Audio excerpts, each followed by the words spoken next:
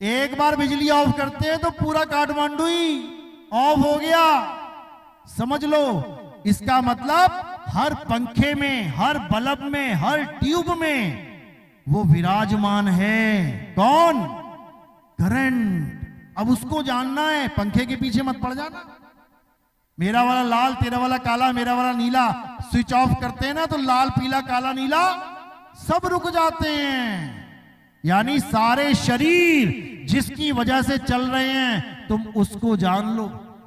इसीलिए बोला गया है, घट घट मेरा साइया, अरे सुनी सेज ना कोय, और बलिहारी वा घट की जिस घट परगट होए। जिसने अपने पंखे में करंट को छू के देख लिया, कहते बलिहार जाते हैं, वो सब पंखों का ज्ञान लेके बैठा हुआ है। वो कैसे चल रहा है मुझे पता है, वो कैसे चल रहा है मुझे पता है।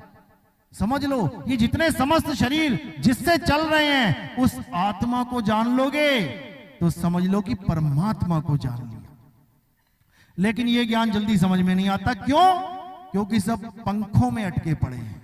मेरे वाले के 2 पर, मेरे वाले के 3 पर, मेरे वाले के 4 पर, मेरे भगवान के 2 हाथ, मेरे वाले के 4 हाथ, मेरे वाले के 6 हाथ, मेरे वाले के 8 हाथ। बताओ, यही चल रहा है। यही समझ में नहीं आ रहा लोगों को।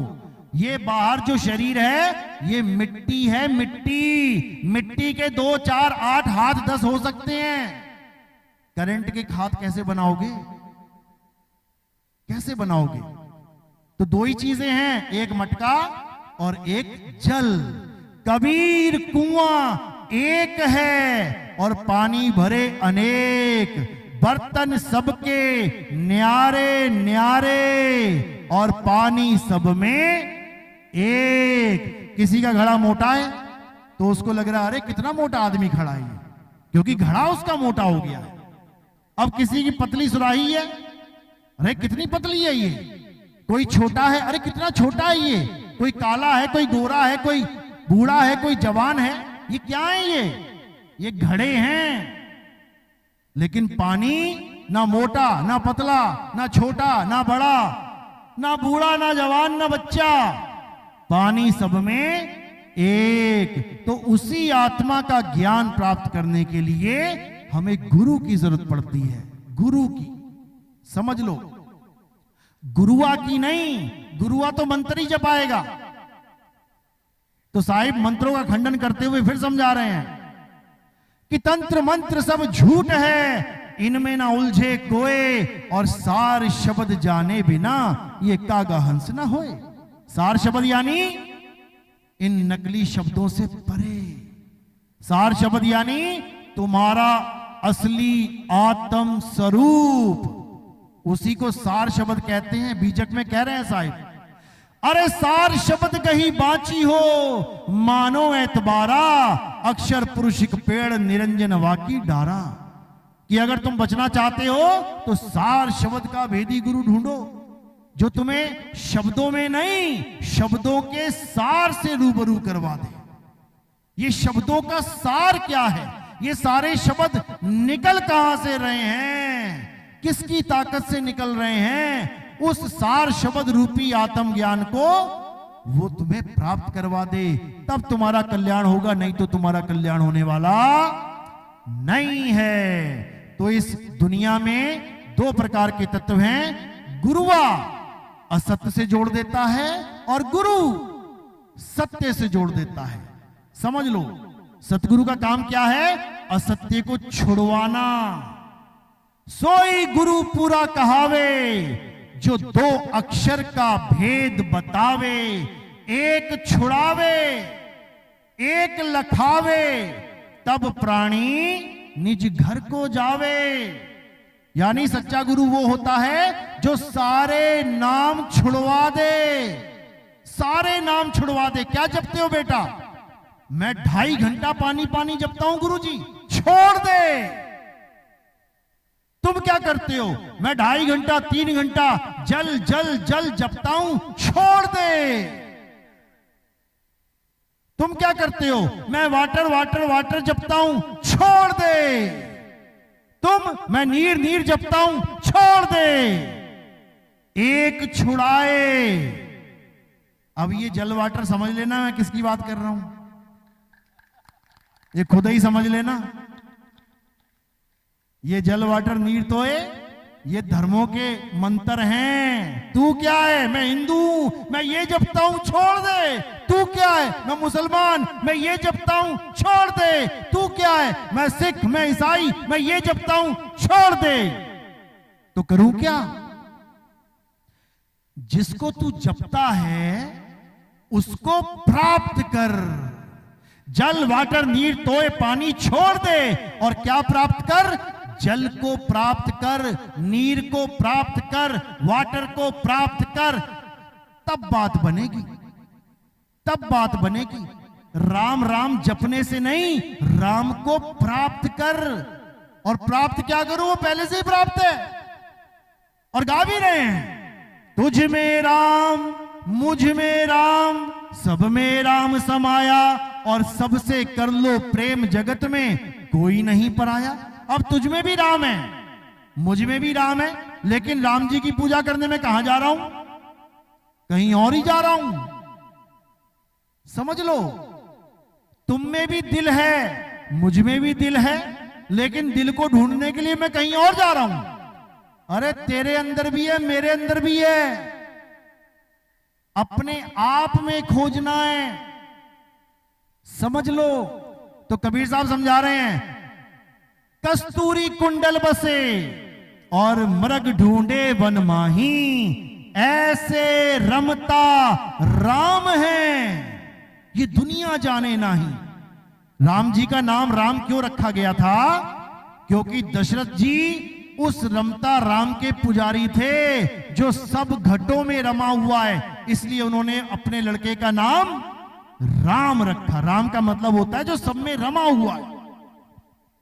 अब जब रमा हुआ राम तुम्हें मिल जाएगा तो सीता अपने आप मिल जाएगी। सीता नाम क्यों रखा गया है? सीता, शीत, शीत यानी ठंडा। जब राम प्राप्त हो गया कलेजा ठंडा हो जाएगा तुम्हारा। ये जितनी तपन लगी हुई है तुम्हें, ये सब बुझ जाएगी। समझ लो। और कब मिलेगा? जब लक्ष्मण साथ होगा। लक्ष्मण क्या है? लक्ष्य, मन, जो अपने मन पे तीर कमान से लक्ष्य साध के रखे, समझ लो वही लक्ष्मण है। यानी जो अपनी सुरता को मन के चक्कर में ना पड़ने दे और सीधे सत्य के साथ जोड़ के रखे, वही लक्ष्मण है। समझ लो। अब हनुमान जी का भी रोल है बीच में, ऐसा नहीं है। अब हनुमान क्या है? क्योंकि लक्ष्मण देखा ना, क्रोधी था ना लक्ष्मण, यानी कुछ ना कुछ तो गड़बड़ है।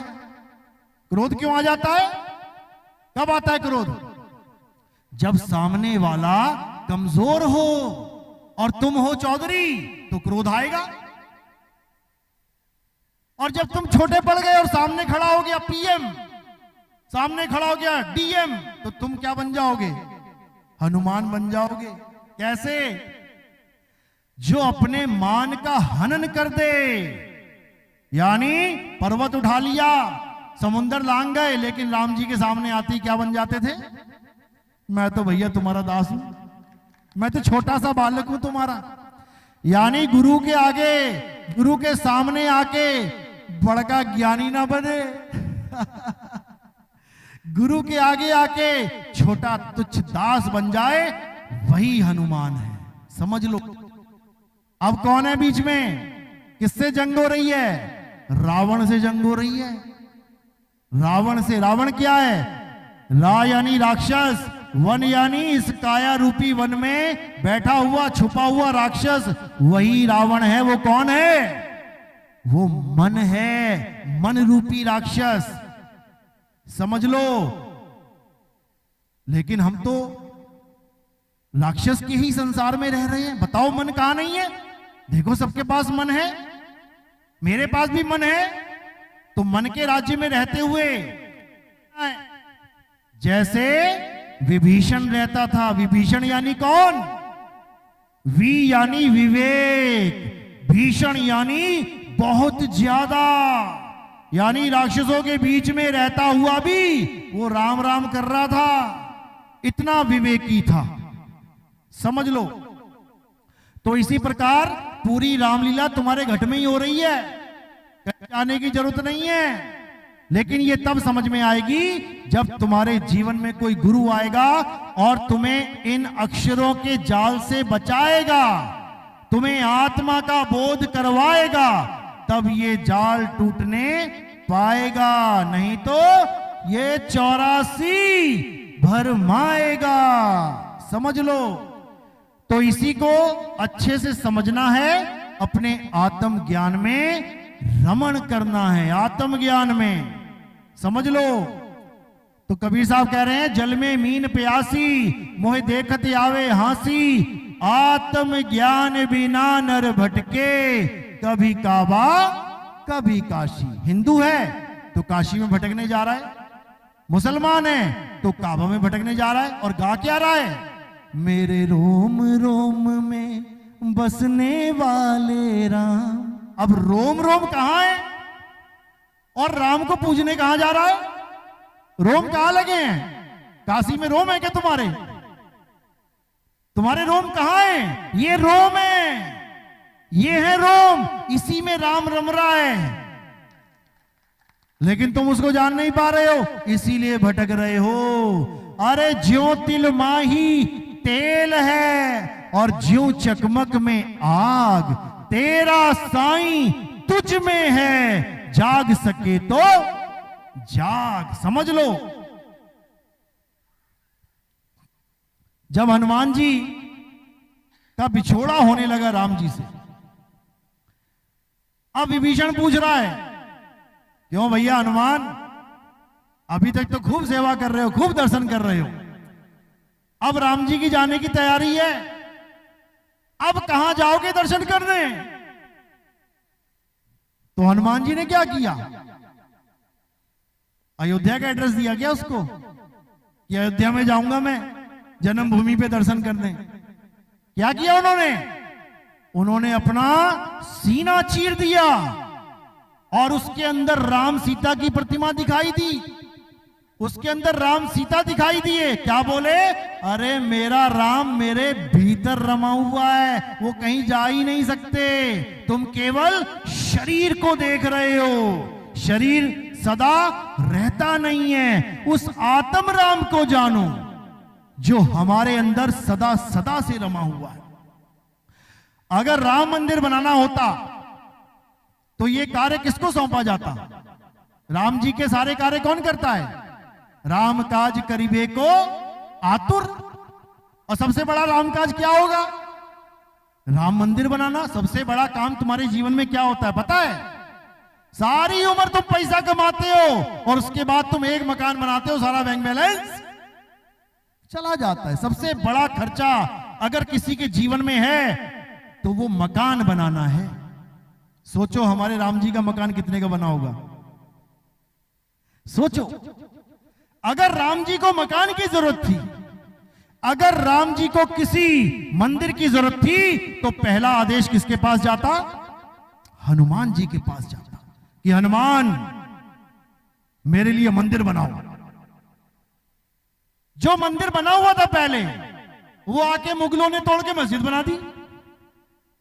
और अगर हनुमान जी मंदिर बनाते तो सारी उम्र सारे मुगल तोड़ते रह जाते, जन्म बीत जाते, युग बीत जाते, लेकिन वो मंदिर ना तोड़ पाते। क्यों? जो एक पहाड़ हाथ पे ला सकता है। तो सोचो मंदिर कितना बनाया होता उसने, कितना बड़ा। सारा वंश खत्म हो जाता इन मुगलों का, हथौड़ी से तोड़ते तोड़ते खत्म ना होता वो मंदिर कभी। क्या हिमालय पर्वत को तोड़ देंगे ये लोग? लगाओ हथौड़ी जरा। हनुमान जी 10 हिमालय जितना बना देते, लेकिन हनुमान जी ने नहीं बनाया। क्यों? क्योंकि राम जी को मंदिर की जरूरत ही नहीं है। समझ लो।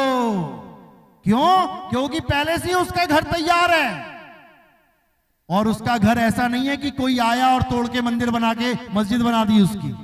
उसका घर ऐसा है जिसको कोई शस्त्र नहीं काट सकता, जिसको कोई